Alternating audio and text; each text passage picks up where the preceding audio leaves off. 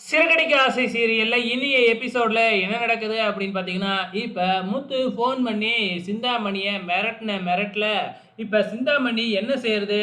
இதுக்கெல்லாம் நம்ம போட்டு காசு குடுக்கணுமா? யாரு செய்ய சொன்னாங்களையோ அவங்க கிட்டயே காசு வாங்குவோம் அப்படின்னு சிந்தாமணி நேரா ரோகிணிக்கு ஃபோன் போட்டு, "எனக்கு அர்ஜென்ட்டா காசு 40,000 தேவைப்படுது. ஒழுங்கா போட்டு விடு" அப்படின்ன உடனே, "உங்ககிட்ட இல்லாத காசா ஏன் என்கிட்ட கேட்கிறீங்க?" அப்படின்னு கேட்கிறப்ப, "என்கிட்ட காசெல்லாம் இருக்கு.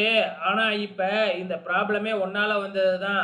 அதனால நீ தான் காசு குடுக்கணும்" அப்படின்னு சொல்றாங்க.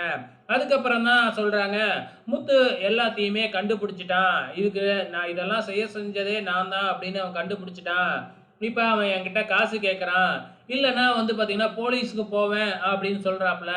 "போலீஸுக்கு போனா நான் உன்னைய சொல்லிடுவேன்" அப்படின்னு நம்ம சிந்தாமணி சொல்ல, இப்ப ரோகிணி என்னடா நமக்கு மறுபடியும் ஆப்பா போயிடுச்சே அப்படின்னு சொல்லிட்டு, "சரிங்க ஆன்ட்டி நான் காச அரேஞ்ச் பண்ணிட்டு கொண்டு வந்து குடுக்குறேன்" அப்படின்னு சொன்னா, "இல்ல, இல்ல நான் நேராவே நீ இருக்கிற கடைக்கு வரேன்" அப்படின்னு சொல்லி கிளம்பி வந்துகிட்டு இருக்காங்க. அதுக்குள்ள இந்த ரோகிணி நேரா போயி நம்ம மனோஜ் கிட்ட, "என் ஃப்ரெண்டு வித்யா என் கல்யாணத்துக்கு ரூ. 1,00,000 குடுத்தா. அதுக்காக நாம ஏதாச்சும் பண்ணணும். ஒரு ரூ. 50,000 காசு குடு" அப்படின்னு பொய் சொல்லி நம்ம மனோஜ் கிட்ட 50,000 வாங்கிடுறாங்க ரோகிணி. ஸோ வாங்குன உடனே நம்ம சிந்தாமணியும் அங்க வந்துடுறாங்க. சிந்தாமணி வந்த உடனே மனோஜ் பார்த்துட்டு, "எதுக்காக இவங்க வந்திருக்காங்க?" அப்படின்னு போய் விசாரிக்க, அவங்களும் வந்து பார்த்தீங்கன்னா, "ஒரு மேக்கப் ஆர்டர் சொல்ல தான் வந்தேன்" அப்படின்னு நம்ம ரோகிணிய தனியா அழைச்சுக்கிட்டு போயிட்டு 40,000 பணத்த வாங்கிக்கிறாங்க. ஸோ நம்ம மனோஜ்கிட்ட இருந்து 50,000 வாங்கி அதிலயும் ஒரு 10,000 ரோகிணி ஆட்டைய போட்டுருச்சு. இங்க நம்ம முத்து கெத்தா அங்க உட்கார்ந்திருக்கிறாப்ல. அங்க சிந்தாமணியோட அல்லக்கை ஒருத்தன் இருப்பாப்ல இல்லையா? அவன் வந்து முத்துவ மிரட்டுறேங்கிற பேர்ல, "என்னடா அடி வாங்குறியா?" அப்படின்னு கேட்க, முத்து கையில தான் ஒரு உலக்கத்தடியோட இருந்தாப்ல இல்லையா? அதுல லைட்டா ஒரு போடு தான்.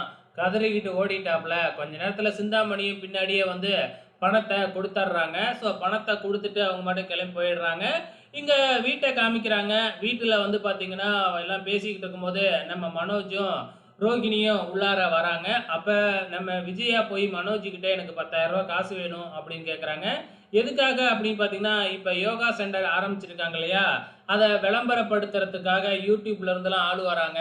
அவங்களுக்கெல்லாம் காசு குடுக்கணும் அப்படிங்கிற மாதிரி சொல்லிக்கிட்டு இருக்கிறாங்க.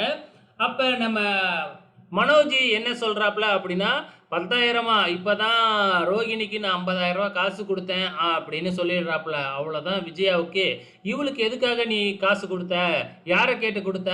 அப்படின்னு மனோஜ போட்டு பொல பொலன்னு பொளக்க ஆரம்பிச்சுட்டாங்க. அதுக்கப்புறம் மனோஜே சொல்றாப்ல, "ரோகிணியோட ஃப்ரெண்ட் வித்யாவோட கல்யாணம். ஸோ வித்யா இவளுக்காக ரூ. 1,00,000 கல்யாணத்துக்கு குடுத்துருக்கா.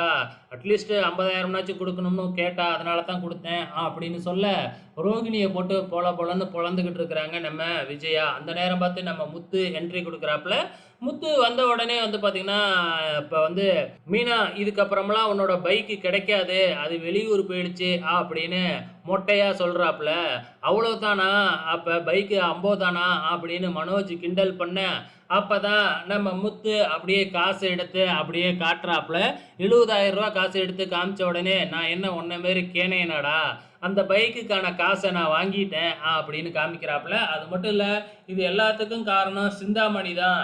சிந்தாமணி தான் இப்படி செய்ய சொல்லியிருக்கு. கையும் களவுமா என்கிட்ட மாட்டிக்கிச்சு.